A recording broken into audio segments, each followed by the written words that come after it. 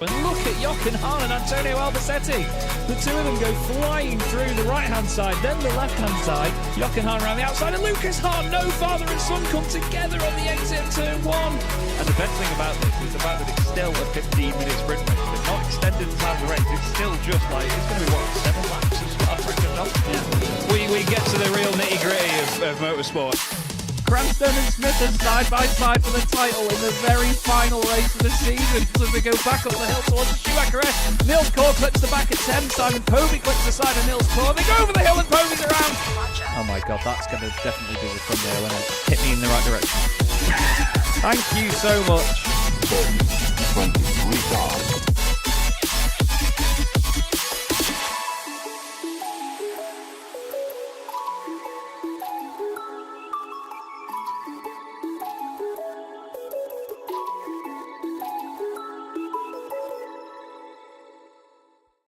Racing isn't easy, but experiencing it is.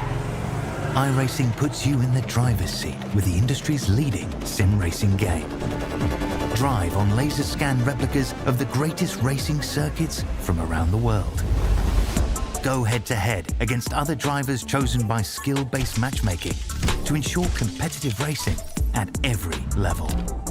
Compete across all your favorite series. In officially licensed cars, engineered to deliver the most accurate driving experience possible.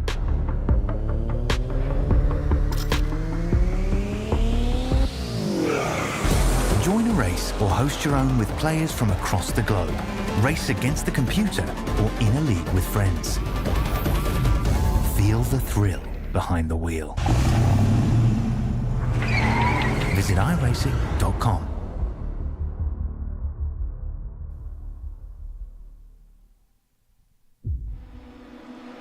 Hello everybody, hello and welcome to Chaz Draycott Media.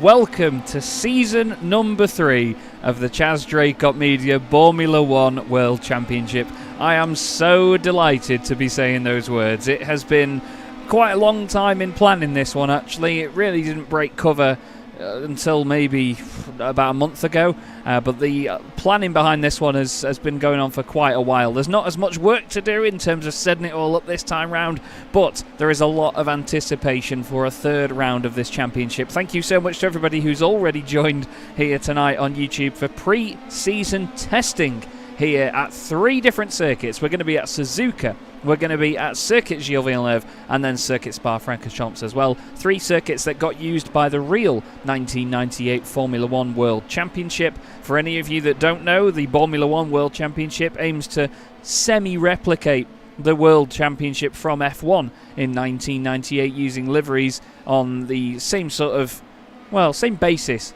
really, but pre-season testing works in the way that the drivers have 3 half-hour qualifying sessions to set the fastest times they can. All of those times get added up at the end, and basically whoever ends up as the sort of quickest ends up in a McLaren, for example, and as you go further down the order, we match everybody's overall positions with the car that finished there in the championship in the real 1998 season.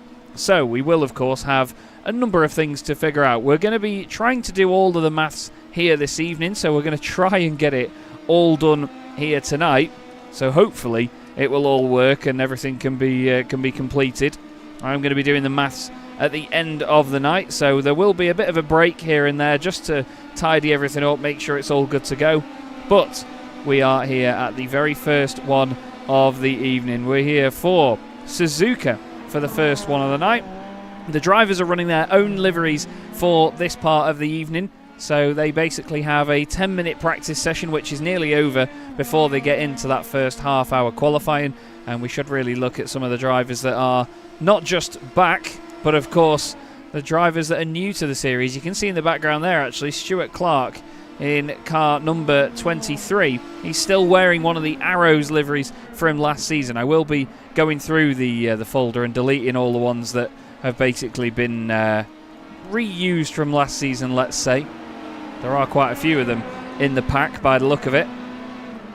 But the drivers are going to be mighty excited for this. There's been so many great people that have wanted to jump in and be a part of this. Fletcher's here as well, hello mate. A number of the drivers are running pink wheels and, well, pink liveries, it seems, for tonight. Martin Kenyon there showing you that pink definitely is the colour of this machine. Thanks also to the championship sponsor, Bottle of Scotch Racing. You could see their logo just in the bottom right of the screen just a moment ago. They have become the series' first sponsor for the 3rd season. It's good to have... Oh, look at that. There's a Formula 1 livery. Aaron Smith running the orange Arrows livery. I think that is the 2000, maybe 2001 or even 2002 car. We've got Aaron joining us. It's not the Aaron Smith that a lot of you may have seen on my channel before. Aaron Smith usually running a bright yellow car with number 70 on it. He's an oval racer from America, is the other Aaron Smith. But this Aaron, he's a British lad and he loves his old school Formula 1. It's great to have him on the grid with us for this season. I've seen him race in retro liveries elsewhere on different sims. It's lovely to have him in the pack. An interesting character to have with us tonight is Taylor Adams. He's driving car number 65 for this session. The drivers will also wear the numbers of the car that they get throughout the season. However, to respect the fact that a particular Cam Dance is not with us this season, double champion of the CDM Boremula 1 World Championship, we are going to be having a number 0 car in the field. So we will have a number 0 in the pack because Cam is not here to wear that number 1. So everybody else will get the car numbers that they should have had. So let's have a look through then, shall we? Taylor Adams, he's been rapid in the SRM GT4s and in the GT3s too. Jake Cranstone wearing the Williams colours for this one. He is absolutely rapid as ever. Nearly won the championship in Season 2 in Cam's absence. Could he be the one to take the crown? Stuart Clark is back once again in car 23. Good to have Stuart with us. He raced for the Arrows team last time out. Jesper Eriksson, he raced for the Benetton team to begin with in the 2nd season of the championship when he was subbed in. He then changed to Ferrari and scored some good points for Ferrari at the end of the season. Aaron Smith, who I've mentioned, running in the Arrows livery for the moment. He's a newcomer to the series. Kevin Zemstra has said 2 seasons on the trot that he doesn't want a Ferrari. And guess what car he ended up with? He is a double Ferrari driver so far in Boremula 1. John Tusting is next up. John is an absolute stalwart of the series as well. Now, John is not long out of shoulder surgery, so he's been really working hard to make sure that he can make it here for this season. And it's lovely to see his persistence, and hats off to him because he is here and putting the effort in. Yayan Stitchbury, a driver that will certainly be getting amongst it. He's not scared of a fight, is Yayan. He says he's not driven this car before tonight. He is the only Welsh driver in the field, or as one of our friends calls it, Discount England. This man in particular, actually, Francois Brandet. You may have seen Francois on my channel before. Very, very funny man. You can see he's running... Is that an old... I mean, it's got a Lamborghini engine in it because you can see the Lamborghini branding on the side. Now, what livery is that? I can't pin that livery down. Can't pin that one down. Still, thank you to all of you for joining us here tonight for the first one of Boremula 1 for this season. Glass Tech Racing, is there much space left in the series? There are, well, yeah, we have a reserve list. At the moment, there is only one reserve on the list, which is Jakob, who is unfortunately not able to make it this evening.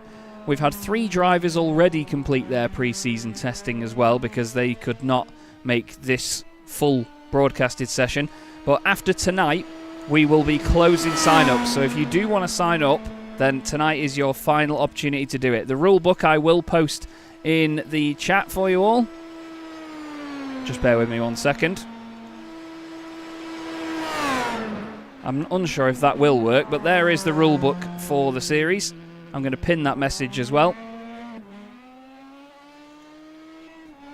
But if you take a look at that, take a look at the dates. If you're on the list as a reserve, then we will still need to get some testing like this from you to know roughly where your pace is at compared to other drivers and where you can fit in on the grid. So, we've got some of our first times to come on the board soon as Francois finds out just how fickle this little car is. We'll carry on going down the list. Danny Weir is in this very subtle livery. Is that a Nerds livery? Yes, it is. Danny in the number 55 car, steaming up towards 130R. Ben Chalcraft is another returnee. Ben's been with us before. He's in the Minardi Simsport colours here. We've got Philip Miles from Austria as well. Sir MPH to a lot of people. He's in a Greenland livery of some sort. He crosses the line, puts his first lap in. Matt Hoyland, great to have Matt with us as well. He's been on my channel a lot in the Evolution Sim Racing GT3 Championship. Simon Price back once again. It's always lovely to have Simon about. He's another one that's been a real stalwart of this. Who else have we got? Rob Lundgren. Rob has had carpal tunnel for a while and has not been able to have full use of his hands, bless him, but he's back and he is willing to take on the full season and give it a go. Jack Werrell, good mate of mine, fellow real world commentator and sim racing commentator as well, and as you can see, pretty handy behind the wheel when it comes to these little open wheeled beasts. Martin Kenyon as well. Oh dearie me, Martin's sideways as he comes into shot. Tom Stanley, he's another one that's been in a few series of mine before and a good supporter of the channel. Unfortunately, he's a triple-digit number enthusiast, so we won't be looking at that. Lee Aberdeen, the Australian driver, is a new name to me. It's great to have Lee with us in the series. He's in this all-white car. I believe it's the French flag. We've also got Aaron Smith, currently second fastest, but look how close it is there between all these lot. Very, very close indeed. As he's now actually just chilling up the back straight. And yes, Dredge, these guys are much faster than me. Much, much faster. So let's show off some cameras, shall we? On board with Matt Hoyland then. On the front right suspension of the car, you can really see the geometry working away when you're on this camera. It's great to see it. Up through the revs goes Mr. Hoyland. And across the line to put potentially his first counted lap on the board. Yes, there he goes. 7th position for Hoyland. Nearly 3/4 of a second off at the moment. But Lee Aberdeen currently top of the pile. Hats off to him. You can see just how much speed these cars can carry. They are little, they're not the most powerful things in the world, but they carry such great speed. They're running a medium downforce setup with a limited amount of fuel as well. The races are a lot longer this season, so we should see 2 or even 3 pit stops in some cases. But the car will start the race with 25% fuel, and the tank is limited to 50%. So they go from about 19 litres to about 37 litres. Wow, look at that, really attacking the curbs there is Matt Hoyland. Really throwing it about. Uses a lot of curb on the left-hand side as well. One little annoyance that you will all notice throughout the season is that the dashboard in the car, just in front of the steering wheel there, isn't animated, so it just remains in 6th gear apparently, all the time. So hopefully that'll have annoyed some of you. And there is the view back from the rear end of the machine. We'll get some great views from there, looking behind us at close battles throughout the championship, I'm sure. And then we've got, of course, the busy nose camera that's very lively. You can see, oh, Matt running a little bit wide there, having a bit of a bumpy ride before he heads up the back straight in the number 44 machine. Must be very, very blessed. Francois Brandet has crossed the line. Taylor Adams is next to cross the line, currently 3rd at the moment. Fastest is a 1:57.890. Taylor is quite the qualified driver to go on board with, actually, so we'll head around the final corner with Taylor. It's nice to see this plain black livery. It is quite like a testing livery, isn't it? Down the very long downhill start-finish straight here at Suzuka. The cars will top out about 145 miles an hour into turn 1, almost flat into there, down through the gears, nice and tidy. This thing really likes to break away and snap on the downshifts. And then up through the S's we go. You've got to have real commitment, real attack through here. You've got to balance the car. You can see it's got this really strange sort of understeery 4-wheel slide about it. You've got to manage the back end of this car so much. Times are changing all the time a bit further down. Tom Stanley is 9th ahead of Martin Kenyon, who is 10th. Over half of the grid this season are debutants, so we don't know where half of them are going to be. Into the Degners, look at that. The amount of camber change there is ridiculous in the second Degner. Then up towards the famous hairpin. Hard onto the brakes now. Nice and smooth into here. Careful on the throttle as well, because it will break away from you. Really clean stuff, that, by Taylor Adams. Now, it's important that we use lone qualifying for these sessions because these cars give such massive amounts of slipstream. That's what keeps the racing exciting. The pack racing is incredible in these things, even in a sort of Grand Prix format. But we have to use lone qualifying to determine everybody's pace. Jesper Eriksson has gone 4th fastest. Francois Brandet is about to cross the line as well. Up towards 130R, and as you can imagine, it is no challenge for this car. Watch this. Completely flat, no lock whatsoever. You don't even run wide to the edge of the curb. Then on the brakes at the 100-metre board for the Casio Triangle. Really tough in this car because it hates weight transfers like that. It hates deceleration. And then you've got to get back on the throttle as well, not spin up the rears. Taylor Adams didn't improve in any of his sectors on that lap. And he crosses the line with a 1:58.77. But that is a lap complete. We've got all drivers putting times on the board at the moment. Currently, out of all the newcomers, though, it is Lee Aberdeen that is fastest in car number 89, the Australian from the same part of the world as our current double champion, Cam Dance, who's from New Zealand, showing that these guys down under know how to drive this car. Kevin Zemstra is currently 4th fastest at the moment. Now, I want to try and give you a bit of a rundown as to who would get what car based on where they finish. So if you finish first in the championship, you end up in a... Sorry, first in the championship, I mean first in pre-season testing, you end up with a McLaren. Then it's Ferrari, McLaren, Ferrari again. So Zemstra, if he finished 4th, would still be in a Ferrari for the 3rd season running. Then it's Williams, Jordan, Williams. Both the Benettons, 8th and 9th. And then a Jordan completing the top 10. Then it's Sauber, Stewart, the 2 Arrows, 13th and 14th. A Sauber in 15th, then a Prost, Stewart, both Minardis, both Tyrrells, and then a Prost for the 22 drivers. As I said earlier, 3 drivers have already done their pre-season testing. They are Sam Fitzpatrick, Jack Reeve and Connor Hatfield, who are 2 more newcomers to the championship.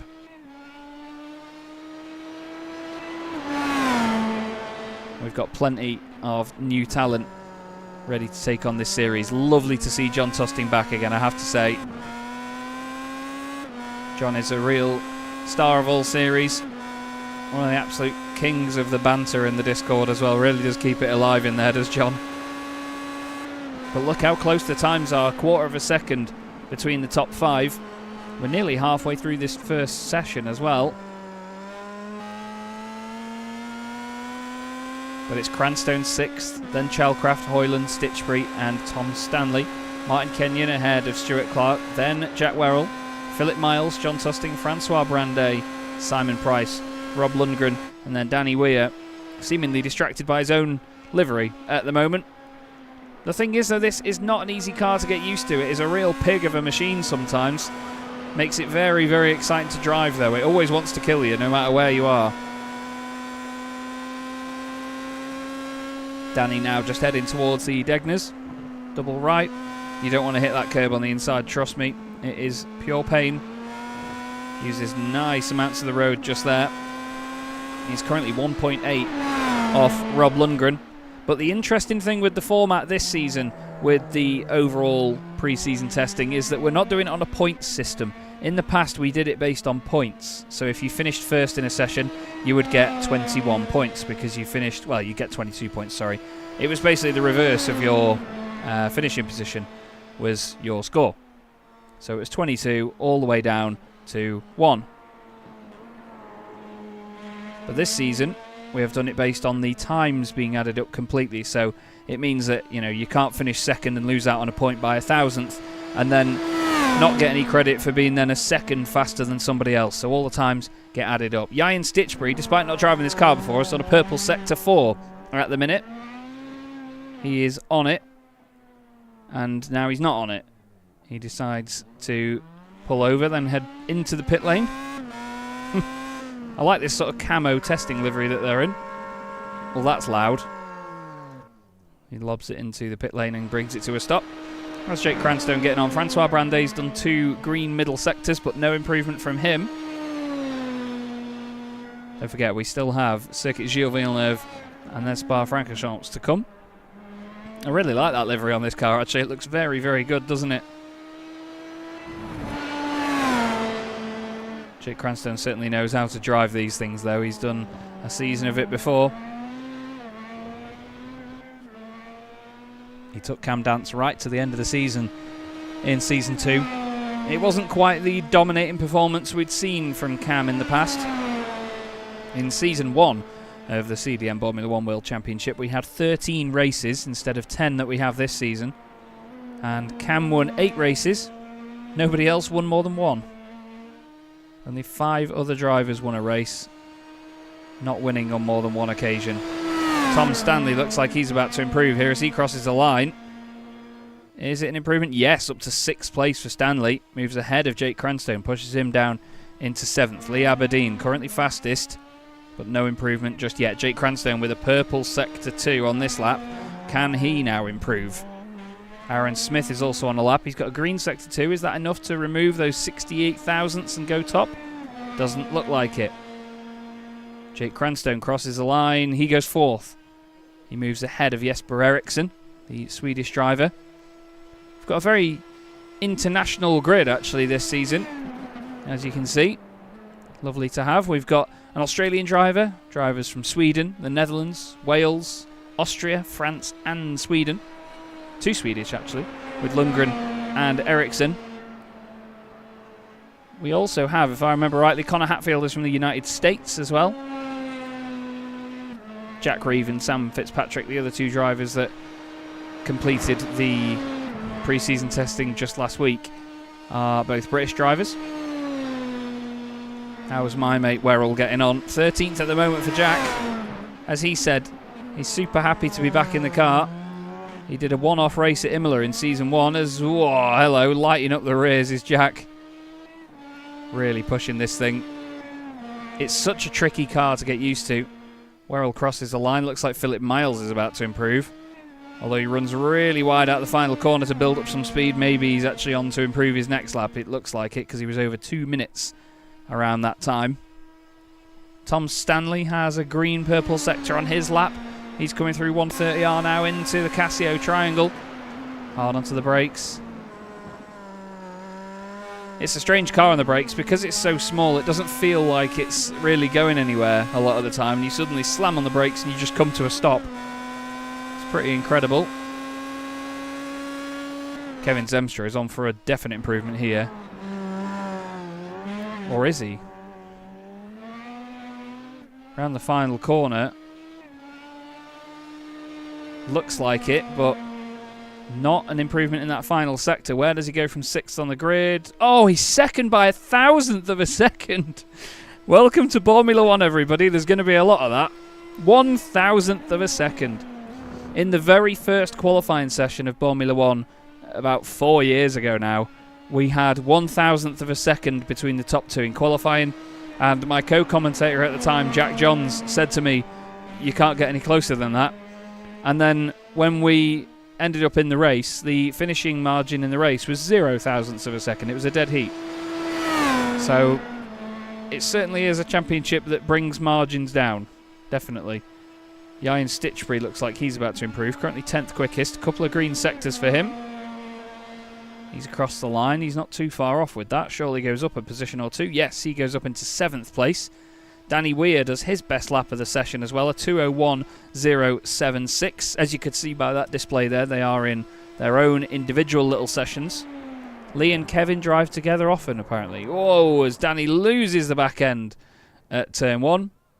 And we get a lovely 360 view of that great livery. Speaking of great liveries, the legendary John Player special livery on Rob Lundgren's car. Philip Miles has improved as well. He goes up to 12th place.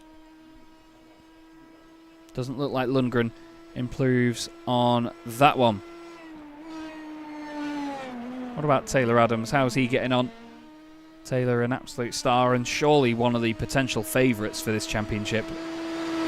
Just on paper, from what I know.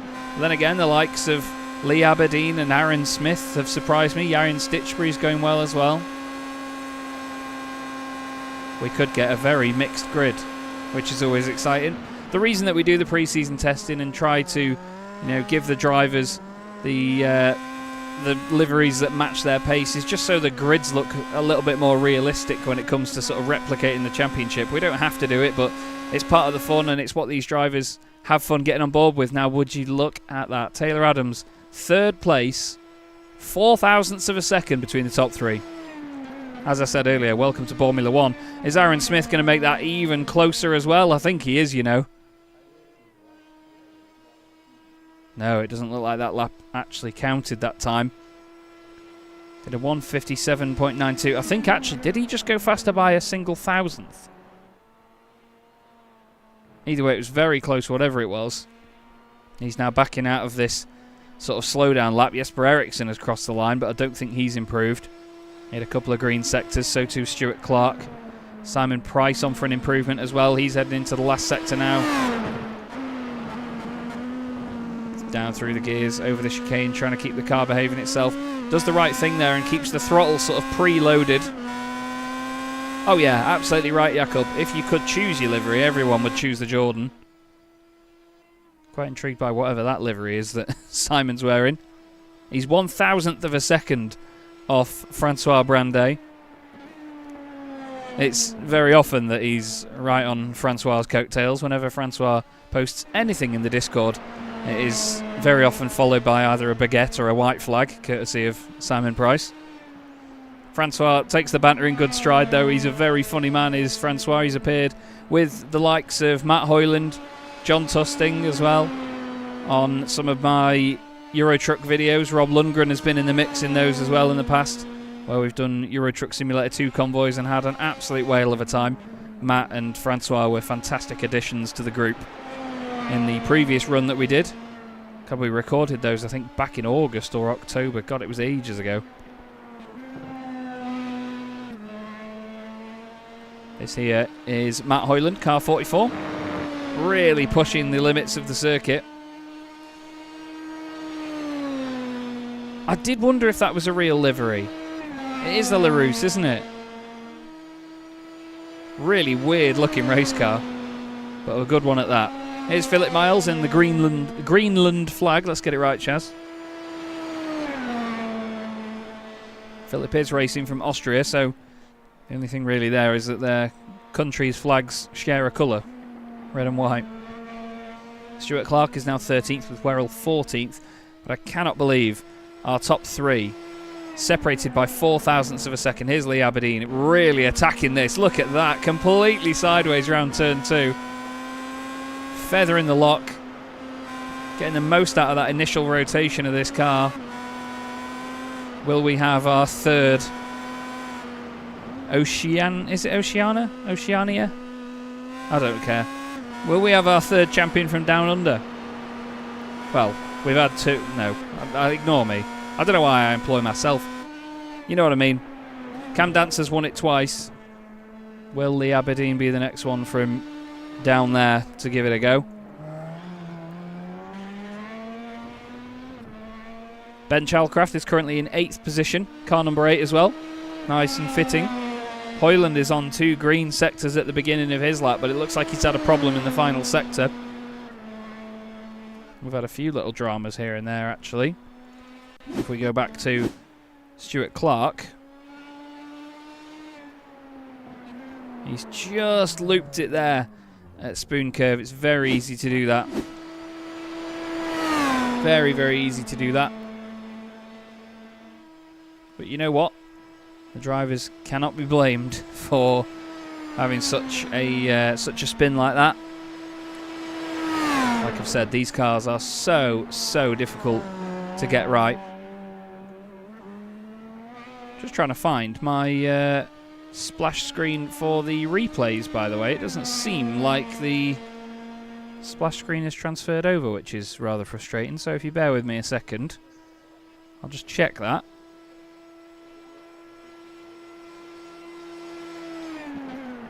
There has been an update to SDK, which is the live timing software that I use, that has affected that. So I'll have to have a quick look and see whether we can grab a replay, or a replay screen anyway, from previous.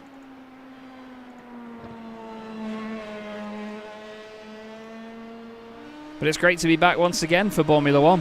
It's absolutely lovely to be back for it. Very, very excited. As would you look at that, Aaron Smith, goes fastest to the top of the times by over 1/4 of a second. He will be absolutely buzzing with that, and you can see that he was with that little wiggle right and left. Wow. What an incredible, incredible time that is by Aaron Smith. This is the thing, you really have to hook a lap together around here. And he has done exactly that. Fair play to him. Fair play to him indeed. He's now just chilling out and enjoying the moment, I think, as there is an improvement from Matt Hoyland. Hoyland now moves up into 7th place with just 5 minutes left of the session. Oh, these guys aren't messing about, are they? They are not messing about one bit. Just having a quick look here. I'm so sorry, everybody. If you bear with me, I'm trying to find the replay screen that I used to have for Boremula 1, but it seems to have just completely gotten away from me. Very, very strange.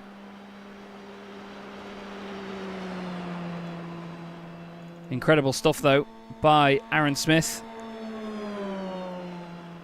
He'll certainly be talking about that one for a while. But he knows what he's doing. Knows what he's doing. Absolutely does Aaron. Like I say, I've seen him race before in a number of series. I think he raced in I can't remember what sim it was on, but for a while he ended up racing in a Ferrari, I think it was. And what sim was it on? But he was basically racing in a Formula 1 season over on another sim. Werrell's asking about interviews pre-season testing-wise. He's sat in the pits, or at least the car is at the moment. Yeah, I'll tell you what. Why don't we? Let's just see. Oh, he's not there. I thought he was in chat. It's great to see, by the way. A number of the drivers are all in chat together. We've got Aaron Smith, Danny Weir, Francois Brandet, Jan Stitchbury, Jake Cranstone, John Tusting, Martin Kenyon, Matt Hoyland, Rob Lundgren, and Tom Stanley. And also a Werrell in the chat. Jack, welcome, mate. First time we've been in a commentary box together in a long old time. How are you finding this, mate? Because this looks busy. Yeah, busy. I spend more time turning the wrong way through a corner. That's for sure. It's been, what, a year and a half, 2 years since I was last in it. So tonight it was effectively the first time I jumped in it. I was treating pre-season testing as exactly that. Yeah. And yeah, it's tricky to get used to. The front end's quite complacent initially. It sort of takes a couple of stabs of getting it in. Very reliant on the tyres. So I don't think it's going to be all-out pace that wins the championship. I think it will be consistency and looking after those tyres to stay consistent through the longer races. So yeah, it's going to be a good season, I think. Yeah, it should be a good laugh at least. And obviously, interesting mix of circuits this time round as well. No real Formula 1 circuits in this championship this time round. So do you think that's going to catch people out, or do you think that's actually going to give people a little bit of a sort of at ease feeling, knowing that they have access to these circuits a little bit more often? I think it will very much depend on the driver. Those that like the slightly more challenging circuits, I think, will adapt quite quickly, because Phillip Island, with all its undulation, will play a big part in that. Motorsport, again, you've got blind corners, and it's, I don't want to say an underdeveloped circuit, but it's one of those without vast facilities. So it is a proper old school race circuit. We've got Donington on there, which is great. I'm so excited for Long Beach. I think that's gonna separate the sort of less experienced drivers from the more experienced drivers, because you can't get away with a single mistake around there. That's very, very true. Yeah, there is going to be quite the interesting sort of end to the season. The last few rounds are going to be absolutely magic, but it's great to have you back in the series, Werrell, and I'll let you go and jump back in with the rest of the gang and enjoy the chatter as the sessions goes on. But cheers for jumping in. Great stuff. I'll try and top the board for most crash damage caused. I'm sure you will. See you later. See you later. Jack Werrell there, like I say, long-time friend of mine, real-world motorsport commentator as well, son of the fantastic Mark Werrell. And Jack has been racing in multiple series of mine for a while. He's appeared in videos with me before on my channel. and we're hoping to do a flight together on Flight Sim as well at some point soon. Francois Brandet has decided to hide in the pit lane. Danny Weir has just been off the road for what I believe will be the final time. Now, let's not forget that the drivers, as soon as this session finishes, that's it. They don't get to finish the lap they're on, so this is going to be a bit of a crunch point for them now. John Tusting is going to be the next one to complete a lap, and I think maybe one of the final ones to complete a lap as well.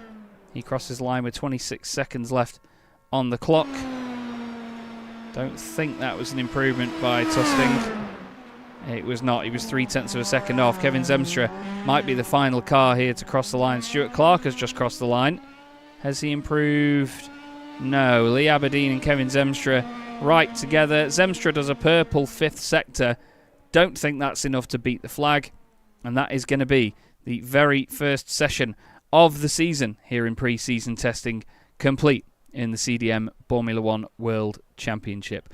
It's time for us to jump into another session and obviously get prepared. So please don't go anywhere, everybody. We'll be back with you very soon for session number 2 from the Circuit Gilles Villeneuve.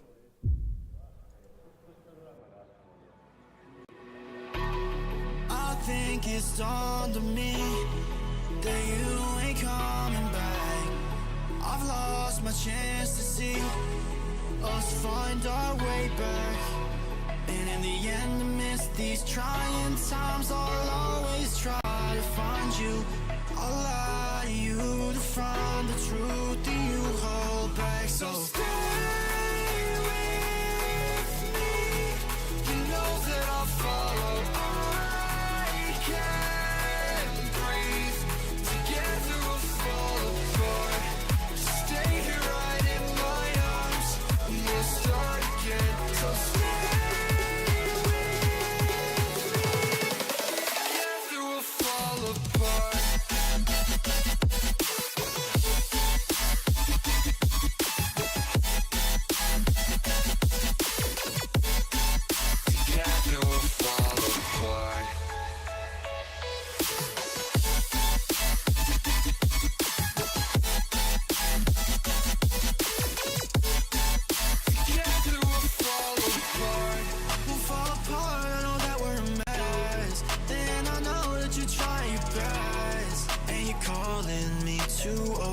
Dramatically talk to me, and it's so funny. You're all I wanted, and I can't talk. Want you out of my life, so say none. I'll wait for days if you ain't one. I'll say none. So stay with me. You know that I'll follow. I can't breathe. Together we'll fall apart. Stay here right in my arms. We'll start again. So stay with me. Together we'll fall apart.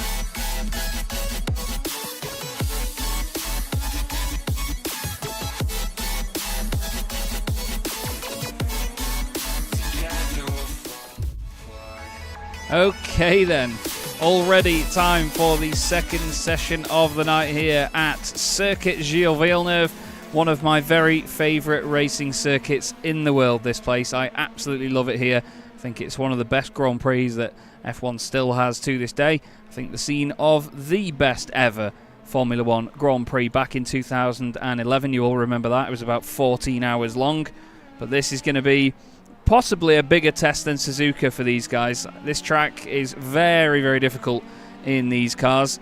We still have the session going on, which is just practice. Here's Lee Aberdeen in what seems to be a different livery. He's in some sort of shiny spec mapped one this time round. Just trying to see who's just starting a lap, actually. That is Simon Price, is it not? Heading out on the circuit in car 64. Now, I want to show you this section.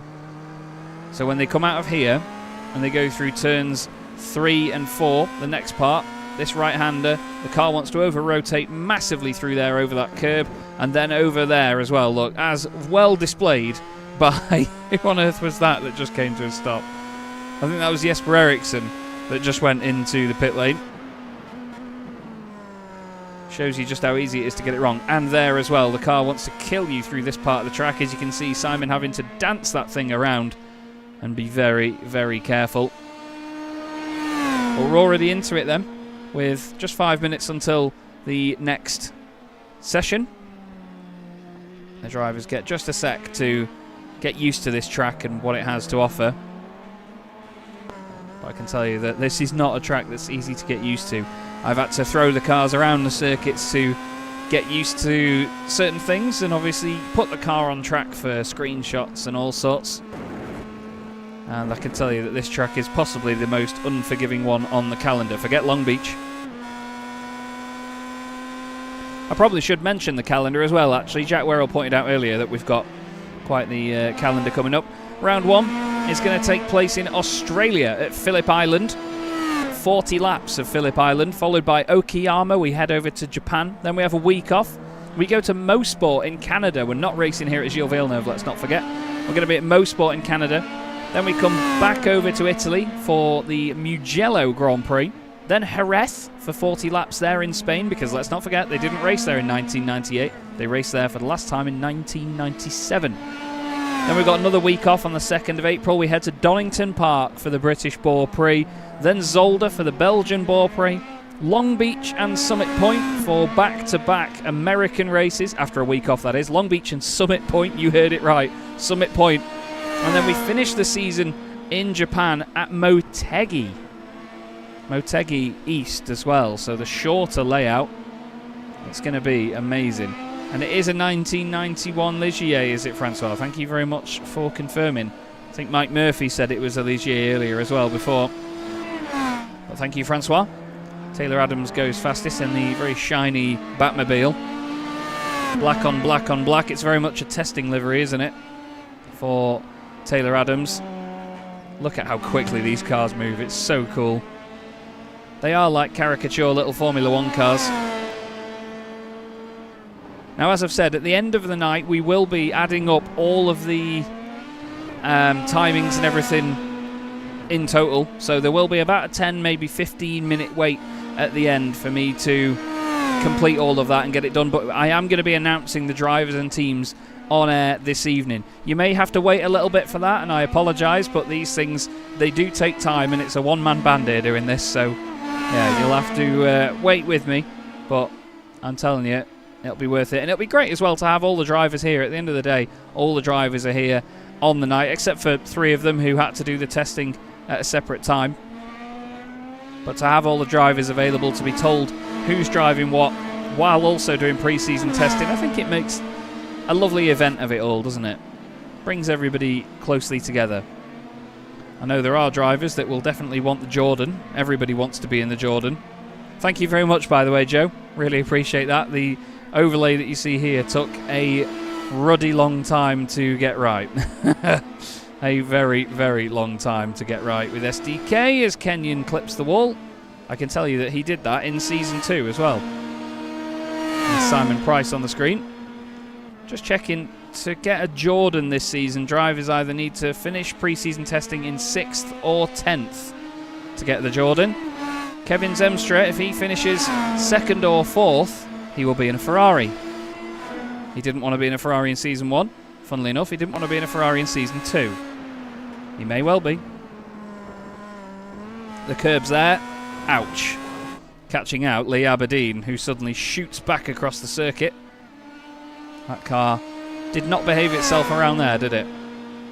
A big thanks to all the drivers as well, by the way. There is a lot of driver cooperation required to take part in the CDM Boremula 1 World Championship, but these guys have openly... No, that's not the phrase, is it? They have welcomed it with open arms, and they have gone into this and are ready to give in whatever cooperation they need to make this series work. It is all just for show with the liveries and everything as well, and our one-shot qualifying that we'll do on the night as well. But it's these guys that make this series, and it's lovely to have them as part of it. It's lovely as well to have the Bottle of Scotch Racing Team as a sponsor of the championship. You can see their logo in the bottom right. A huge thank you needs to go out to JL Race Aesthetics as well, James Leggett, because back when we did the 1997 season, James did a lot of the legwork on the liveries and put in so many hours doing the originals. I then adapted a lot of them for the 1998 liveries and put the time in on updating them from one season to the next. But James put in so many hours on those liveries, so a massive thank you to him. You can see his logo as well, which will cycle through. There it is in the bottom right of your screen. You can hear drivers by the sound of it doing practice starts at the bottom there. Thank you to all of you that have joined so far, though. This is the second session of the night, and it's about to get underway. Second pre-season testing of the evening. Now, these are heat sessions, so there is effectively, well, we have a race actually as part of this session, but there is no race that will really go on. Nobody lines up for the race, so the timing actually gets, well, forgotten about from the race onwards. So I'll be doing a lot of the qualifying times and everything during the sort of down period in between. But now, pre-season testing at Circuit Gilles Villeneuve is go, and Ian Stitchbury is one of the first drivers to pop up on our screens. Car number 22, the driver from Wales. He's going to take us around Circuit Gilles Villeneuve. Turns 3 and 4, absolutely terrifying in these cars, and there you can see why. Look at how easy that is to do. And Ian will nip back to the pits ASAP. We'll now ride on board with John Tusting. Lovely, like I say, to have John with us for another edition of this championship. He's in the, I believe it's an IndyCar livery, isn't it? Is that one of the... Is that a Dan Weldon livery? One of Dan Weldon's old liveries? It looks like the team he ran in. Yes, it is, I believe. As Tusting now just going slowly on this opening lap, I think, getting a feel for it. But what about Aaron Smith, the man that went fastest at Suzuka to start the night? Can he repeat that here at the very challenging Circuit Gilles Villeneuve? We'll have to wait and see, won't we? Up through the revs goes Aaron. These little rotary engine powered machines. They are Formula Mazdas. They've been called Star Mazdas. They've been called Pro Mazdas. Now Formula Mazda. Used to run a lot in Japan. Sometimes in America as well as part of the SCCA. I think they're only 160 horsepower. But they weigh about as much as my mouse mat. And they have fantastic amounts of downforce as well. Tiny little cars. But they make the perfect caricature Formula 1 car from the late 90s to early 2000s. But Aaron now making his way down towards the chicane. Let's go back on board actually for the chicane just to see how treacherous it is. You want to try and just glance those curbs, mind the corner of that wall, let the car run out wide enough to go over that sort of runoff and continue on. Over to the left-hand side of the circuit, gradually over to the right, down through the gears. You can see the rear end wanting to come around. Aaron just guides it in so well. Back on the throttle again, the rear wants to come around here. Imagine trying to keep hold of all of that while trying to sort of compensate for the drivers around you as well and make corrections here and there. Aaron really pushing the thing. Brilliant to see it. Absolutely on it round there. What about Jesper Eriksson? He's a driver that we've had in the championship before with great success. Finishing races very highly for Benetton and for Ferrari. Looks like Lee Aberdeen is going to be the first driver, though, to cross the line in this subtle machine. All chrome for Lee Aberdeen. He's going to be hoping that his silverware is that shiny from this championship. Whoa, around the final corner. God, it looks fast through there, doesn't it? He's going to cross the line. Taylor Adams not too far behind on the circuit either. Cross the line he goes. And Lee Aberdeen puts the first time on the board, a 1:35.0, and then Taylor Adams displaces him. Ericsson next up, then Martin Kenyon, Kevin Zemstra and Tom Stanley and Ben Chalcraft now put times on there. Rob Lundgren goes up there. Danny Weir as well, he goes quicker than Rob this time round.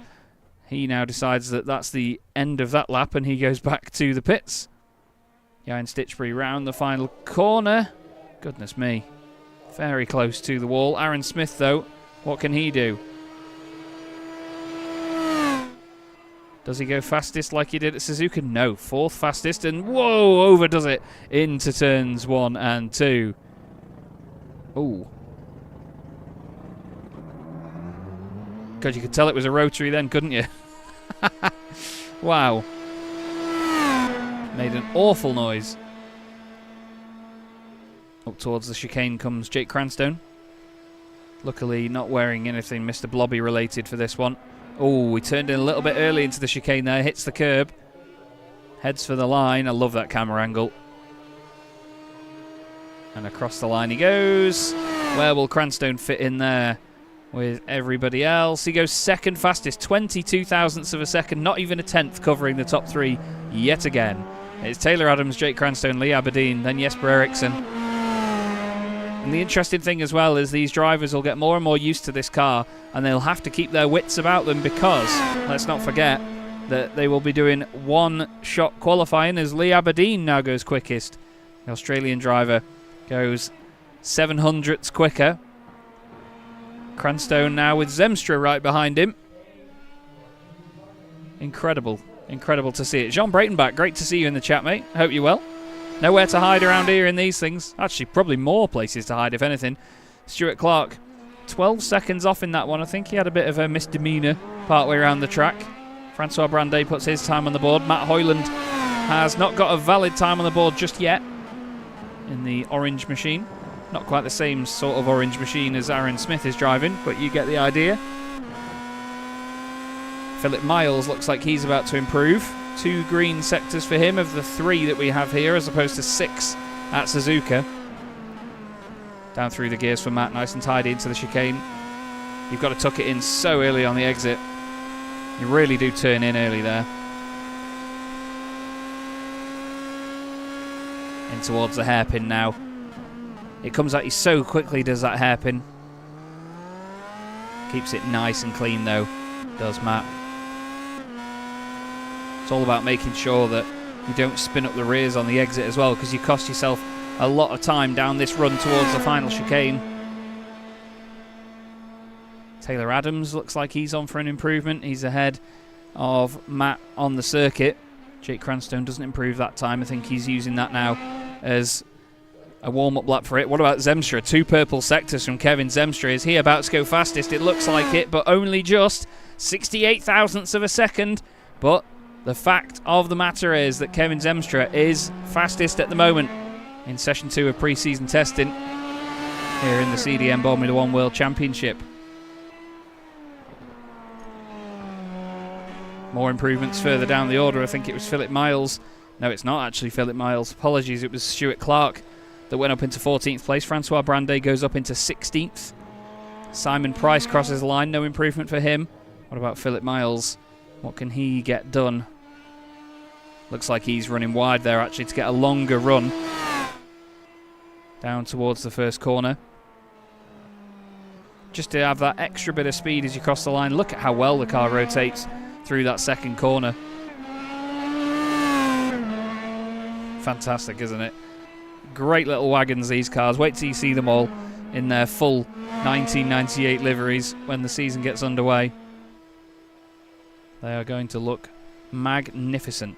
John Tusting has just crossed the line. No improvement there for him. I think, again, it was more of an outlap for him. Kenyon and Lundgren both coming into the pit lane. Nice and close, though. Jake Cranstone's got a purple sector, but no. Cranstone had a purple sector too and has pulled over and put it into the pit lane. He now resets and gets going again. It is lone qualifying, of course, but they get as many resets as they want. The caveat is, once that half hour is up, it is up. They don't get to finish the lap they're on. As soon as it hits half an hour, they are done. Here's Ben Chalcraft in the Minardi Simsport colours. He's wearing a sort of reverse-coloured Damon Hill helmet for this championship again, as Jesper Eriksson goes second fastest now, ahead of Lee Aberdeen. Again, the top 3 separated by less than a 1/10 of a second. Whoa, a bit of a wiggle there. Very big wiggle there for Ben as he heads through the right.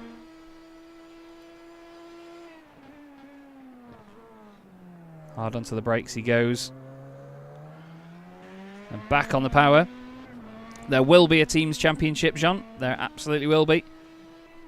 We have drivers and constructors championships year on year. Well, I say year on year as if we do this every year. This will be season 3. It's the 3rd season in 5 years. Doesn't always come around often, does Boremula 1. I think there was an improvement for Jan Stitchbury. He's just crossed the line and improved. John Tusting was 11th.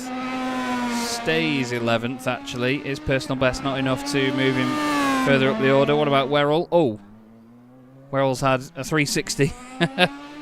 Easy to do that. Werrell's had a big old spin. Here's Rob Lundgren.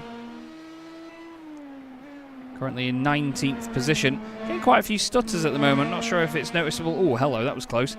Not sure if it's fully noticeable at home where you're watching, whether there are large stutters or not, but on my screen at least, I'm getting quite the large amount of stuttering here and there. So I'm just going to ensure that there's nothing getting in the way. As Jesper Eriksson has gone fastest.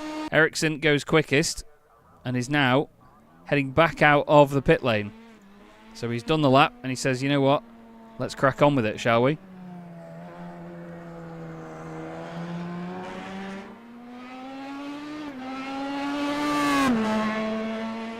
Okay.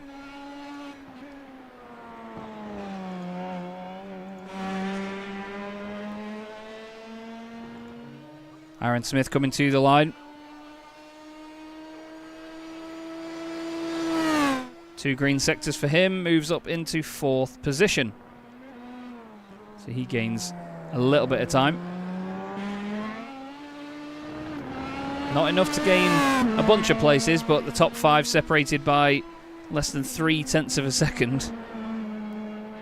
To be fair, Jean, there are not really any team orders, no, but it's a fantastic format for promoting a bit of socialising between the drivers as well. You know, they end up being teammates with people they wouldn't normally be teammates with, or people they wouldn't normally race with, so it's lovely to get a load of these guys together to sort of, you know, get amongst it, and they do chat with one another, and they have jokes of who's working with who and all that. It's a really social environment in Boremula 1, and these guys live up to it very, very well. I must thank them for it.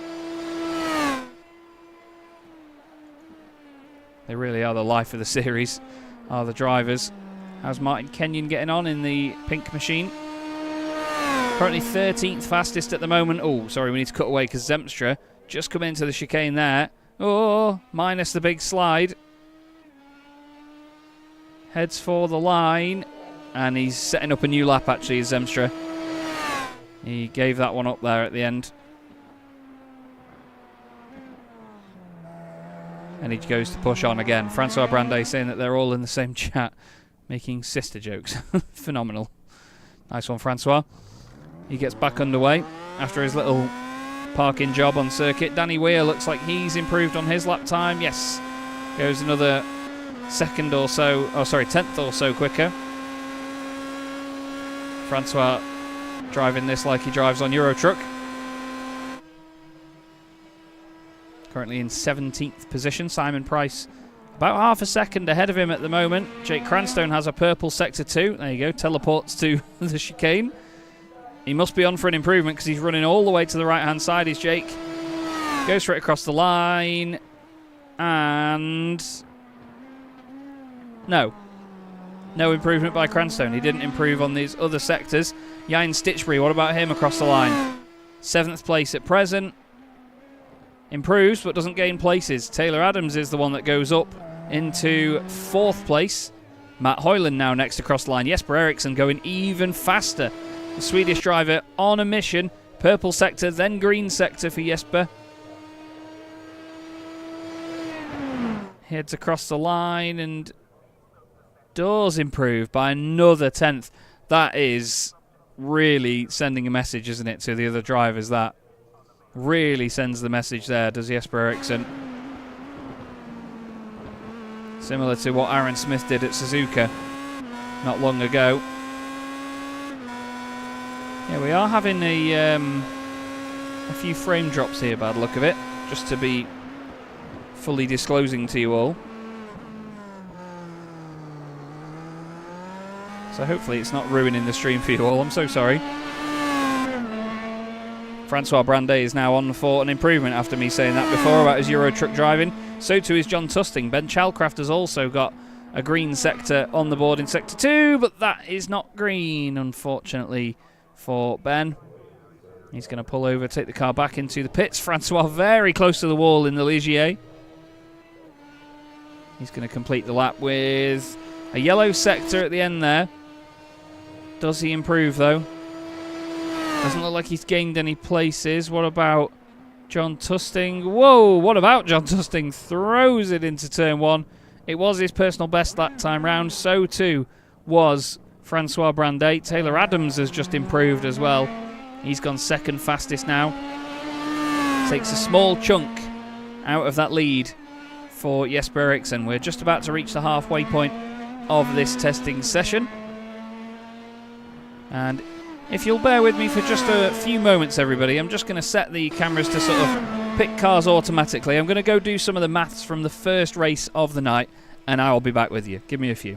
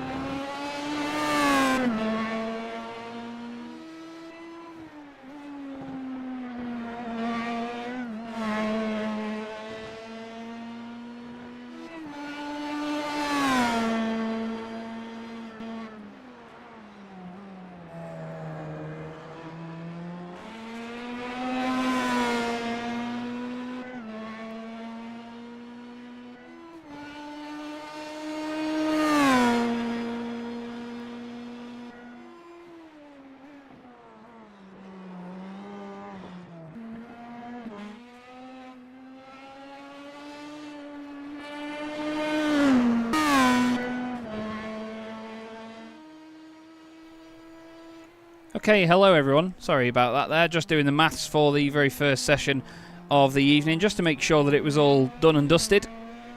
And I'm now back with you here. I'll be doing that through the final session as well, just so it's all done a little bit quicker and a little bit ahead of time.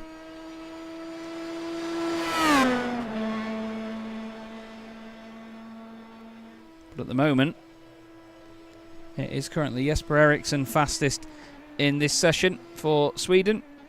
Jake Cranstone now second, just about a tenth of a second back. Then Taylor Adams, then Tom Stanley, Kevin Zemstra, Lee Aberdeen, Aaron Smith, who, funnily enough, Aaron was fastest at the very first one at Suzuka, and now is 7th quickest here at Circuit Gilles Villeneuve. They are very different circuits, all of these tracks. I've received the most incredible image from the first part of the session of Jake Cranstone's car upside down in the air at turn 1. That is remarkable. I wish I could show you live on air right now, but I've not got a source set up for it, unfortunately. Francois Brandet has just done 2 green sectors on his previous lap. He does improve, 136.37. Hoyland is about to cross the line. Doesn't look like he's improving on this lap this time round. Same with John Tusting as well, not too far behind. He just comes out of the final chicane. Jesper Eriksson, though, wow. Incredibly fast, 134.412 for him. What about Aaron Smith? Aaron slowed down earlier, but has then got going again. So I think he is now trying to just set a quicker lap after just setting it up for one. Let's see what he can do. We'll go on board with Aaron, shall we, for a lap and see what he's got in the tank.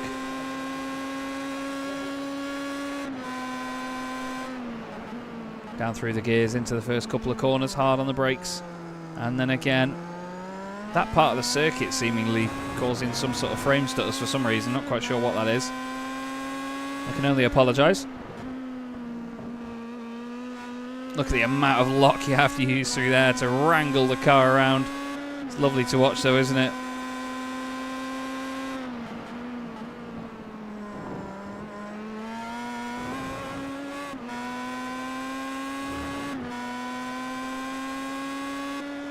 Now heading up towards another one of the very tricky chicanes.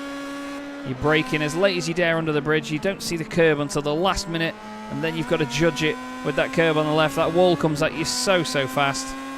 And then you make the run down towards the hairpin. Again, another corner that comes at you very quickly. These guys are braking so late.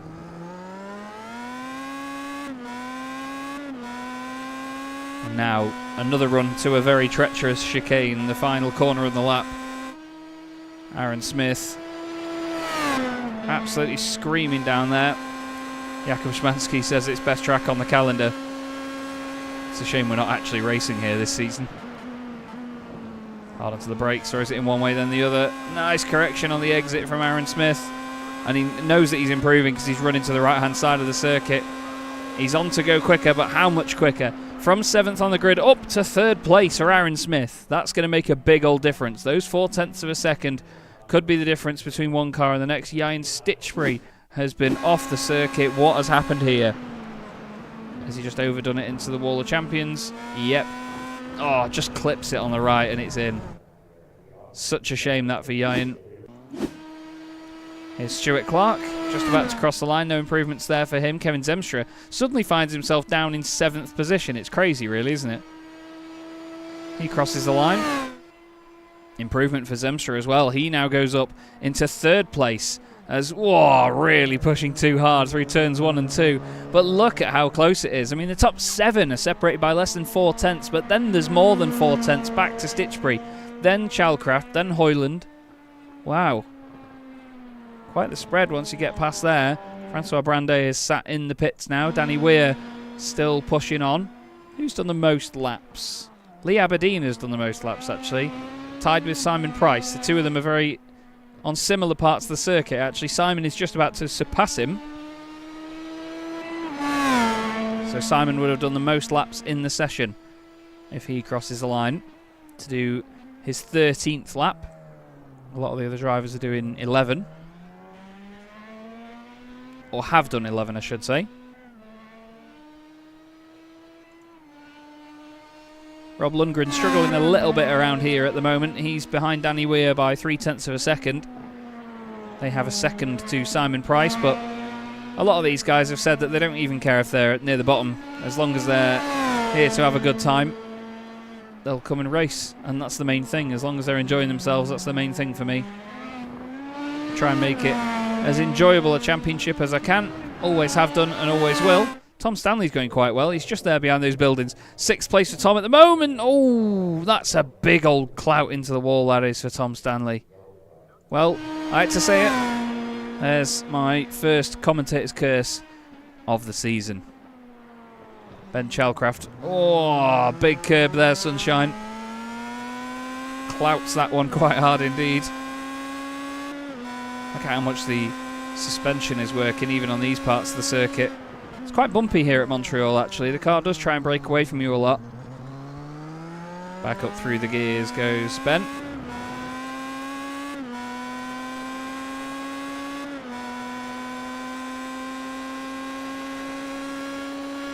Apparently Werrell is having issues with his wheel. Apparently his wheel is turning on and off. So hopefully he can complete the session.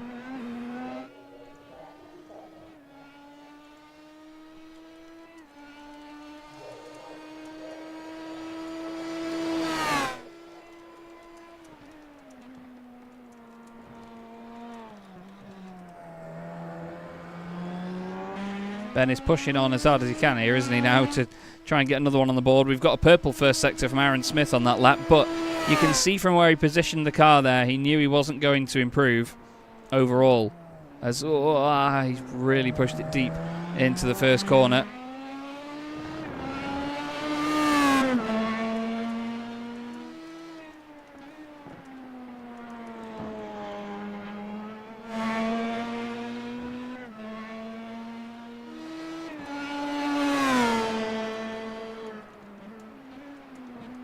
Sorry about this, everyone. Just trying to give some solutions to Jack.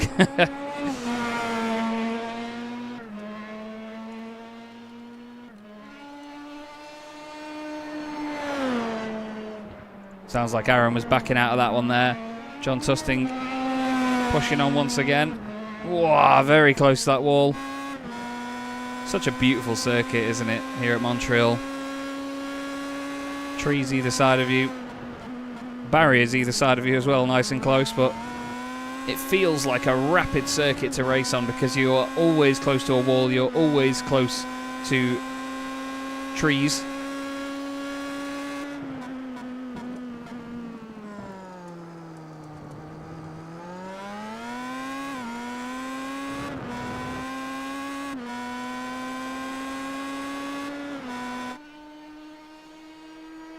Let's have a look at Martin Kenyon, shall we, in this delightful Hello Kitty machine. Thankfully, this will be the only time we see this livery this season.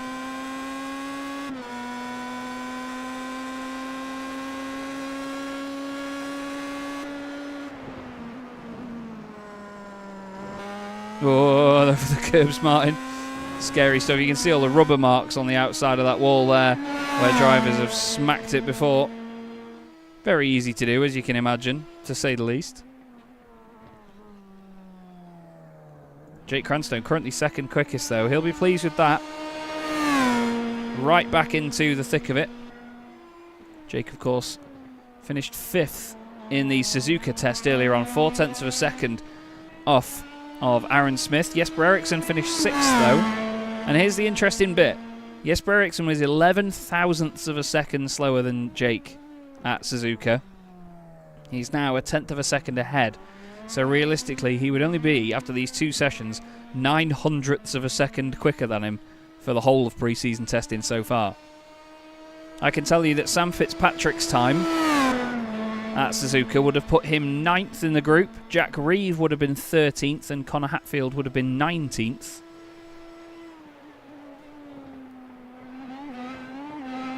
As Jake is really attacking these curbs. Rob Lundgren has improved.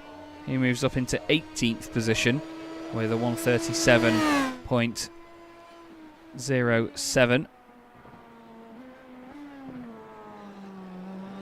Doesn't look like Jake improves that time round. We've only got 1 minute and 40 seconds left on the clock as well, so drivers like Aaron Smith will need to crack on now. He is just going to make it if he has a quick lap this time round. This is his last chance, and no, that's it. Last chance is gone for Aaron, and you can see he's frustrated at that one. Throws the car into the wall. Hopefully we don't see any of that as the season goes on. We've had to tell drivers off about that before. Danny Weir, he's done a green sector 1. You can see how tentative he is. Look, it's really scary going into that final chicane. Tentatively around the final corner. He's clearly on for an improvement, though. Currently 3 seconds off at the moment is Danny, but another improvement there. Can he move ahead of Lundgren? No, but he's very, very close to it as well. Just 0.2 of a second off Rob Lundgren. Philip Miles will be next to cross the line and complete a lap. No improvement there by the look of it. Then it's Tom Stanley. And then Rob Lundgren most of the way around a lap already.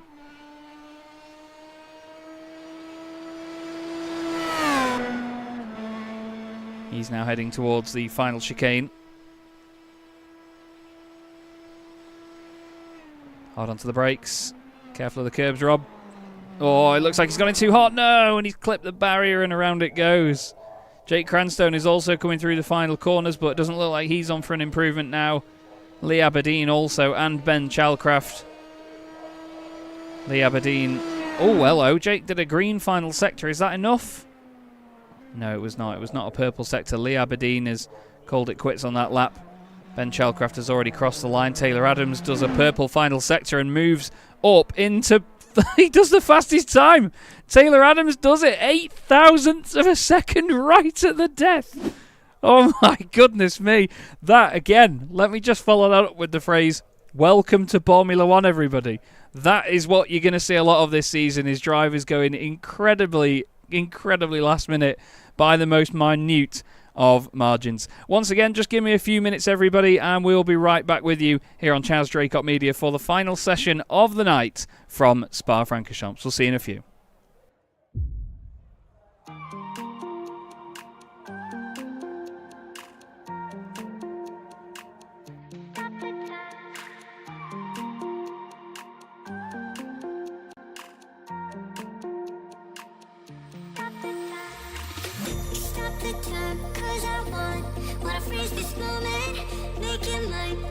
Close.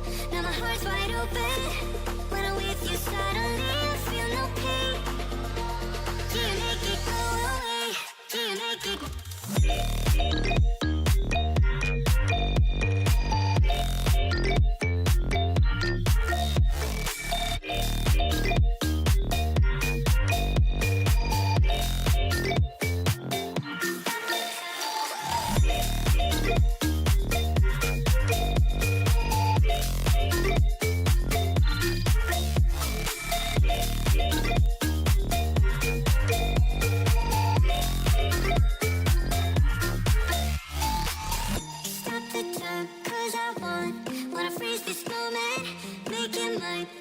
Close.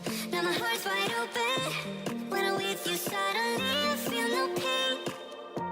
Do you make it go away? Do you make it? Do you make it go away? Do you make it? Do you make it go away? Do you make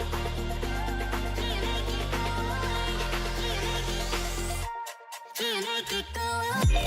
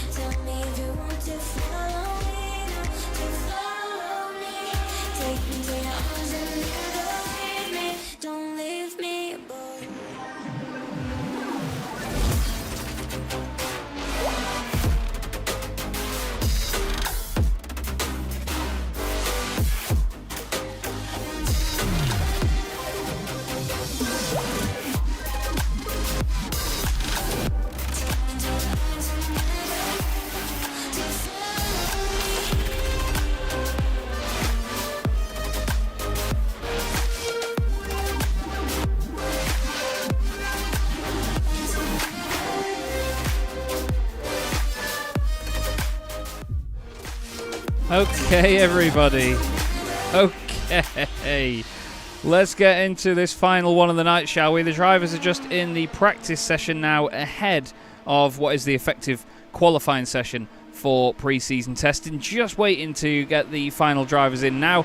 Jack Werrell will be connecting. I've just had a message off him. His wheel has been giving him some jip though, so we're just waiting to make sure that he definitely got in. But here we are, Circuit Spa-Francorchamps for the final session of the night here in the CDM Boremula 1 World Championship. And we're at the latest version of Spa-Francorchamps as well. So they've got updated curbs and gravel and runoff and everything around this place. We're not racing here later in the season though, but as you can see, these guys are already going for it everywhere that they can. Giving it a good old shove around the track. Hopefully not each other. Tom Stanley here right behind Ian Stitchbury and then Jake Cranstone as they head towards what is affectionately known as No Name Corner. Apparently Speaker's Corner in the last couple of years, which is basically what they call a commentator in Europe. The amount of times where I commentated with Renault and went to Italian races and Spanish races and all sorts, and they came up to me saying that I was the speaker instead of saying commentator. It was a very strange thing to get used to. We look here at Aaron Smith. Aaron, one of the fastest drivers so far by the look of it. He was quickest at Suzuka, but the incredible lap at the end there by Taylor Adams put him fastest in the Montreal session. He did it by just mere thousandths of a second as well, did Taylor. And I'm excited to see what he can get out of this final one as well. Not long left now for the practice session to be complete. And then it'll be time for qualifying. And there it is. Session comes to an end. And quali will now begin. The drivers will all disappear off the screens. You'll hear it go suddenly quiet for just a sec. And then I'm just waiting to see who's going to be the first car out on track. And we will ride on board with them. Oh, it was a bit of a tie there between Tom Stanley and Matt Hoyland, but I can tell you that I'm pretty sure that Hoyland got it done first.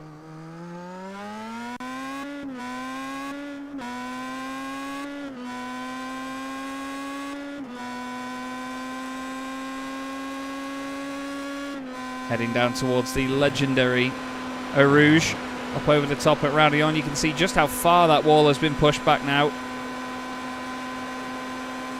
It's incredibly different to how it used to be just a couple of seasons ago.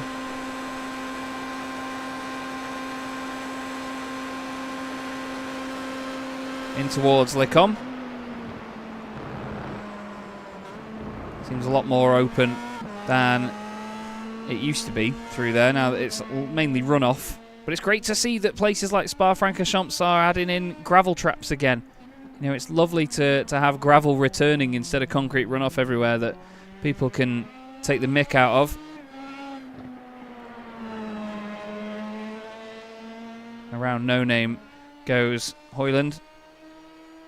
So at about the 15-minute mark of this session, I will be doing the maths for the previous ones. So then after this is complete, I can get the maths done as quickly as possible, generate the graphics that I need to as well to reveal who's going to be driving for who come this next season of the CDM Boremula 1 World Championship. I'm so excited to show you. There is a tiny little... I explained it to the drivers earlier as a treat. It's definitely not a treat, but it's you know, it doesn't benefit them in any way. But I can tell you that the details at the end of the session, they have an added little detail in there as well.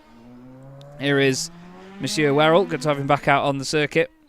He says he's going to get a couple of laps in what he can do while his wheel at least plays ball. He says he's got very light force feedback, so he's going to have to be really careful up over places like this, up over the top of Eau Rouge and Raudillon.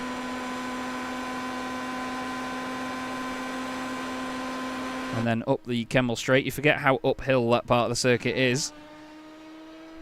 And the lap times will begin to show on the board shortly. Danny Weir then in towards La Source. Again, another tricky corner. You've got to be really careful on the throttle on the exit there because the car will spin around quicker than you can say spin. But the Nerds branded machine flies down towards Arouge and Radion, up over the top. Try not to cut too much of that. And then up the Kemmel Straight. Look, you can see the car just climbing. It was doing about 145 miles an hour on its own at Suzuka. But that's a downhill start-finish straight as opposed to the uphill Kemmel Straight here at Spa. In the slipstream, the car will do nearly 150 miles an hour. It's incredible the added pace they get in the slipstream. You'll see that as the season goes on, everybody. Through Bruchet. Very tough corner. Again, another one where you're trying to adjust what the car is doing on the brakes and on the throttle through No Name. Try not to run too wide through there. I need to change that, or my motion sickness is going to kick in. Ben Chalcraft just ahead of Danny Weir on the circuit, as you can see, through Pouan. Really committed through there is Ben. Tom Stanley is just with him on circuit as well. A lot of them all in the same place. Look, Jesper Eriksson is just here on track. Aaron Smith is a little bit further back. He's just going through Pouan now. That sounded like he was absolutely pinned all the way through there, didn't it? Yeah, you can see downhill towards the Fania chicane. They were doing nearly 140 miles an hour then.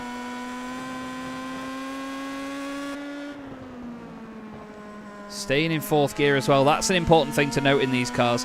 A lot of the time, you do, obviously because it revs so high, you naturally want to keep the car revving quite high. But it's actually better sometimes to keep it more stable and keep the acceleration smoother. And obviously not risk spinning up the rear tyres so much by staying in a higher gear than you'd expect to in most corners.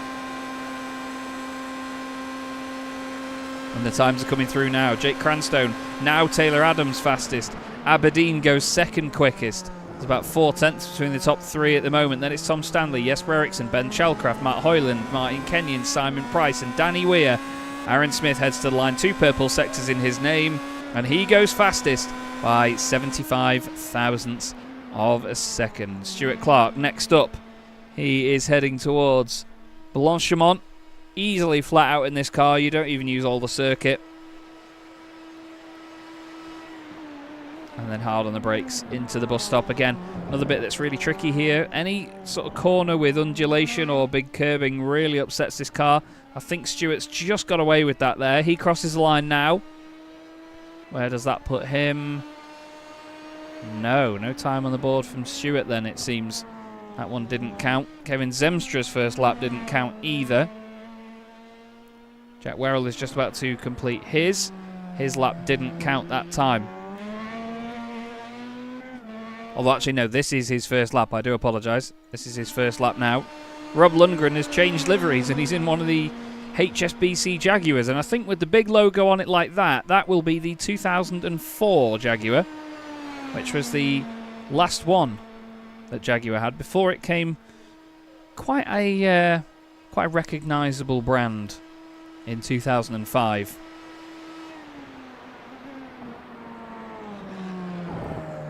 Lundgren heads over to the right, over to the left. Oh, on the power, a little bit hesitant though.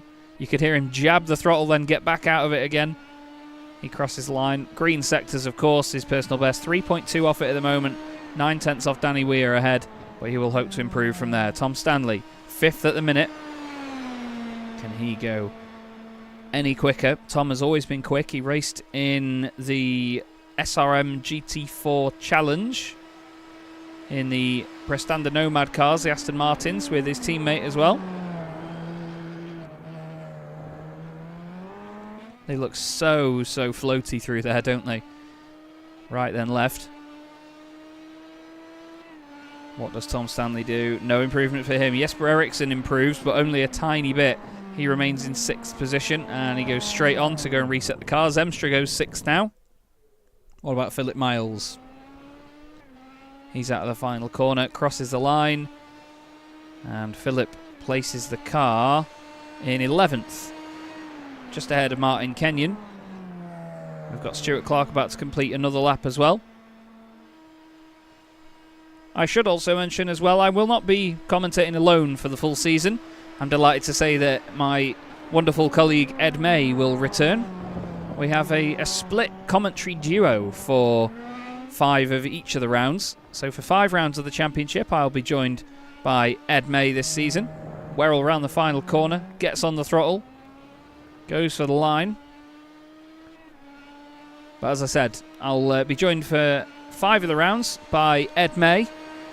And I'm delighted to tell you that for the other 5 rounds of the Chaz Draycott Media Boremula 1 World Championship, I will be joined by my good friend Paul Jeffrey. And a lot of you may not know Paul's name, but he is certainly one of the absolute stars of commentary in my eyes. He is a real-world motorsport commentator, currently the TCR World Tour commentator as well is Paul. He knows his old-school Formula 1, he knows his 90s Formula 1, and he is a very, very enthusiastic and very funny man. And we look forward to having him on the channel once again. He's been he's been commentating on the FTR Events Production Car Challenge Plus with me over the last few months. Is Aaron Smith going slowly to sort of keep the tyres cool? Is that what he's doing here? It's not something we normally see to this extent in pre-season testing. But it certainly looks like he's doing a slow outlap to try and keep the tyres in as good nick as he can. Still, it makes it all the more impressive when some of these guys don't do that and go just as quick. Taylor Adams into the final couple of corners. Look how much Taylor attacks this. He's got such great car control as Taylor Adams. I've seen it in multiple series that he's raced in. No overall improvements for him. Matt Hoyland has 1 green sector, but it's not enough to improve on his lap time completely. What about Jesper Eriksson? He heads for the line. He's got a green sector in there, another one. That's surely an overall improvement. And no, Ian Stitchbury finally gets time on the board. Philip Miles doesn't improve either by the look of it. Aaron Smith has done a green sector too, so that shows me he was actually pushing. Maybe he's just cooling the car down again, I don't know. Is he going to really set this up from that far back? Oh, Aaron, you're a cheeky boy. He really is a cheeky boy, isn't he? We'll have to keep an eye out for this behaviour during the season. Stuart Clark has just crossed the line to be the 19th car to put a time in. He goes 16th quickest.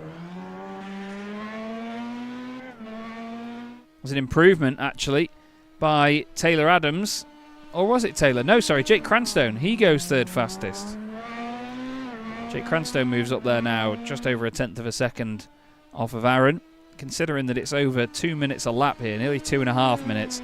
It is mighty, mighty close, isn't it? It's incredible how close all these guys are together.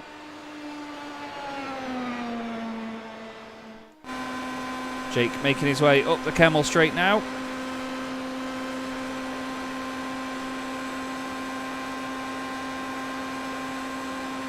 Just sits at the same revs, doesn't it? Nearly kisses 140 miles an hour. It just gets to 139 under its own steam. If you get an absolutely demon run up Eau Rouge and Raidillon, you probably will see 140, but to be honest, you're absolutely flat all the way, so you need to have something special to get that up there. As Jake's going to call it quits on that one. Wow. Okay, I'm going to let the cameras do their thing again for 5 minutes, everybody, while I just go and do the maths. So bear with me. I'm going to do the maths for the second session, and I'll be right back with you. See you in a few.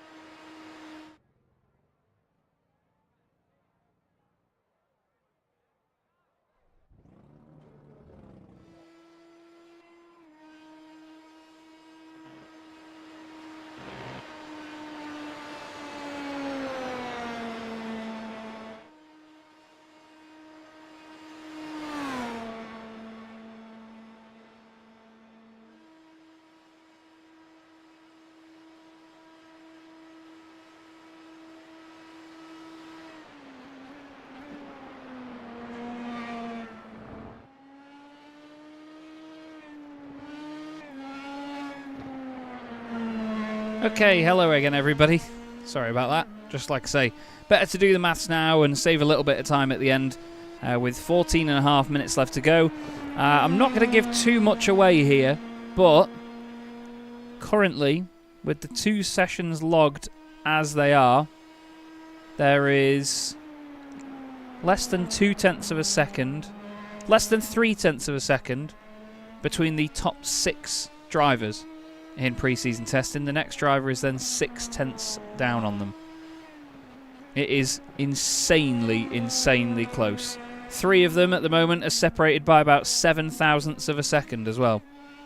Just shows you how close this is here in pre-season testing. Getting a number of frame stutters there for some reason. It's very frustrating, so I do apologise for that. Not a clue what's causing any of that.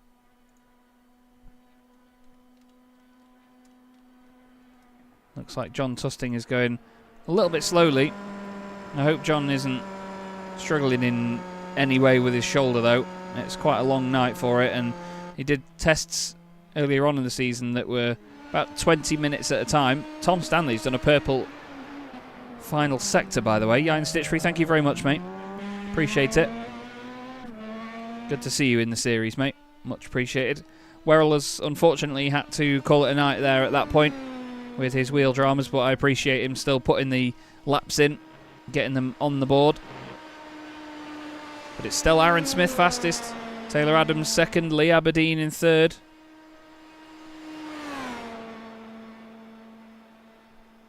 Fourth place at the moment is Jake Cranstoun, then Jesper Eriksson. Oh, Aaron Smith is off the road, pushing a little bit hard there. Pushing a little bit hard. Kevin Zemstra has just gone 5th at the moment. Rob Lundgren is about to cross the line. Stuart Clark has just crossed the line as well. Does he improve? Not enough to gain a position. Rob Lundgren crosses the line. No improvement for him. Tusting did a green first sector on that lap, but I think then he's backed out of it to get the car in a better state for the rest of the lap.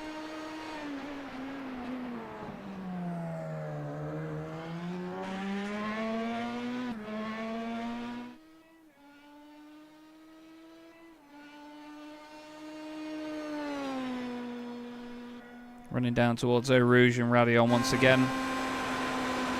Yeah, I'm not sure what the issue is, but the frame rate seems very choppy on OBS at my end, so not quite sure what's causing that.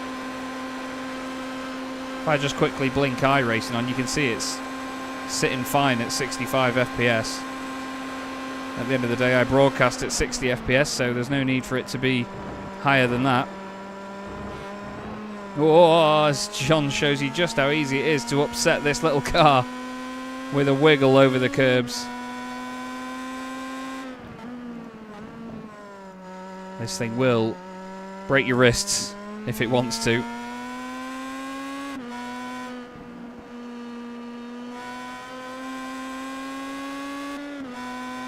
Tom Stanley has actually done 2 personal best sectors at the start of this lap. He crosses the line now and improves, but not enough to gain a position. What about Martin Kenyon? He is also just... Oh, he's only just missed out on his best time by mere thousandths of a second. Tom Stanley and Ian Stitchbury did their best laps last time round, so too did Kevin Zemstra. Philip Miles about to cross the line in car 26. Nothing doing for him this time round, neither for Taylor Adams or Ben Chalcraft. 10 minutes of pre-season testing left to go here in the CDM Boremula 1 World Championship. I hope you're all excited for the big reveal at the end. I was worried that with Jack's wheel issues that we would not get the reveal at the end, but luckily we should get it now that he's been able to put some laps in. He's put some pretty representative laps in as well. He didn't just have some times in where he was bottom of everything. He's 14th at the present moment. He will not improve on that, but with the technical issues he's had, I'm grateful for it either way. Here's John Tusting now across the line. 3 green sectors for John. Surely a decent improvement. No. That second sector was so much further off for John that it just didn't add up. Jake Cranstoun, 4th fastest. He's got a green sector on the board at the beginning of this lap. Simon Price, although Jake's lap is apparently 4 minutes long, so yeah, this will be an out lap by the look of it for him. Where's Simon Price on the circuit? There he is, just going through Blanchimont. Hard onto the brakes now. You'll see just how much undulation there is on that part of the circuit. Out of the final corner he goes, boots it across the line. And Simon, does he improve? He only needs a tiny bit to get ahead of Martin Kenyon, and it's not enough that time round. Martin Kenyon himself actually is on to improve on this lap by the look of it. 9 minutes left. They're not going to get anywhere near as many laps on the board here. A lot of them only just about to finish their 8th lap.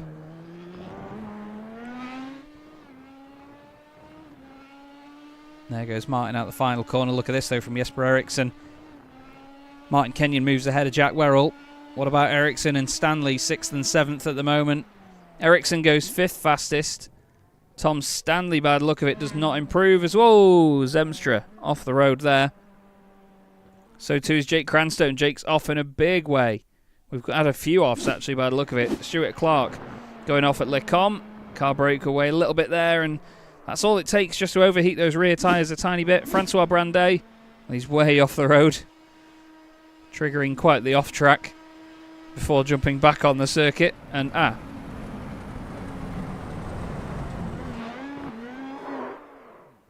mean, it'll cut a few seconds off your lap time. And this is what happened to Jake Cranstone, pushing really hard until Lecombe. Back end gets away from him one way, then the other, and then backwards into the barrier. It looked like it was at the Fania chicane, actually, from the first view. By the way, Aaron Smith's previous lap was his fastest of the session. He's opening up that final corner again to make sure he gets a bit of a run.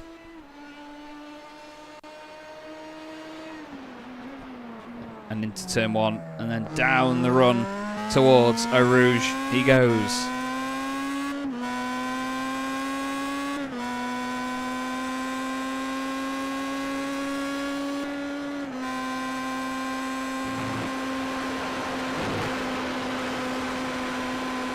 Hell of a roller coaster, isn't it? Hell of a roller coaster, this one. Aaron Smith in this first sector. We'll get the time in any second now. He's on pace-ish in that first sector. Here, Philip Miles has a nice livery. Yeah, it's gorgeous. Yeah, I love it. It's just the Greenland flag, isn't it? Does it say Make Greenland Great Again? Is that what it says on that rear wing? Oh, it's just on top of that panel, so we can't see it. I believe it says Make Greenland, yes. I didn't realise that's what it had on the front earlier on, but that is a Mr. Donald Trump. Seems like Tom Stanley is very quick in that final sector. He's actually very, very quick. He's just gone 2nd fastest. Tom Stanley pulls it out at the end of the session. Nice job indeed. Goes 2nd fastest now, right behind Aaron Smith. We've got multiple drivers with the fastest sector. Purple sector 1 for Kevin Zemstra. Francois Brandet apparently has the purple sector 2. Lee Aberdeen though, Lee Aberdeen, where has that come from? Nearly 0.3 of a second quicker than everybody. Wow, that is how you do it, Lee says. Good lord, Kevin Zemstra has a purple sector 1 as well. Matt Hoyland is on for a big improvement here. He's got 3 green sectors so far. Into the bus stop. As long as you keep it tidy here, Matt, you are all golden. Looks like it's all good on the exit. Oh, I'm not sure where that was, roughly. He does improve. He goes ahead of Jan Stitchbury. But what about Kevin Zemstra? He's just going around the final corner. That's very wide out the last corner, though. I don't think that's going to count for Kevin Zemstra. Stuart Clark improves quite a lot. He goes up into 11th position now. He'll be pleased with that one. Ben Chalcraft also on for an improvement. They're all bringing these improvements late on in the session. What about Jan Stitchbury? Chalcraft finds himself in 9th place ahead of Jan Stitchbury. He's just been knocked down 2 places by Matt Hoyland and Ben Chalcraft. What can Jan do now? Gets on the throttle. Oh, it's a little bit out of shape, though. I'm not sure that will count. Still runs for the line, though, so it must do. Stitchbury improves. Where does that put him? Oh, back ahead of the two that have just got in front of him. Back up into 8th place for Ian Stitchbury. Simon Price rounds the final corner. No improvement for him that time round. I think he's just queuing up to have one more go. Martin Kenyon now through Blanchimont. Oh, he's hit the curb on the left-hand side. That's not going to help him. Don't forget though, everybody, please do stick around after these sessions have completed to find out which drivers are going to be racing in which team in Season 3 of the CDM Boremula 1 World Championship. Jesper Eriksson looks like he's about to improve. He's got 3 green sectors on this lap. Really pushes out the last corner, goes for a straight line across the finish. That's going to be a quick one for Eriksson. It's very quick. It's second fastest. Knocks Aaron Smith down into 3rd. Rob Lundgren looks like he's about to improve. He's currently bottom at the moment. That is going to be an improvement. Surely can he get ahead of Branday or Danny Weir? No, he can't, but he's still got time for another lap. What about Cranstone? He crosses the line. Don't think it's enough from Cranstone to improve. Taylor Adams now. It's just constant quick-fire laps. This is brilliant. In the last corner now goes Taylor Adams.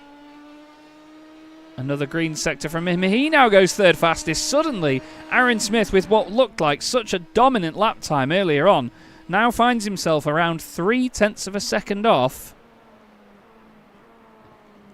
And all of a sudden, he's down in 4th place. I don't quite know what he's doing here. But, of course, with one shot qualifying in the championship, there's no chance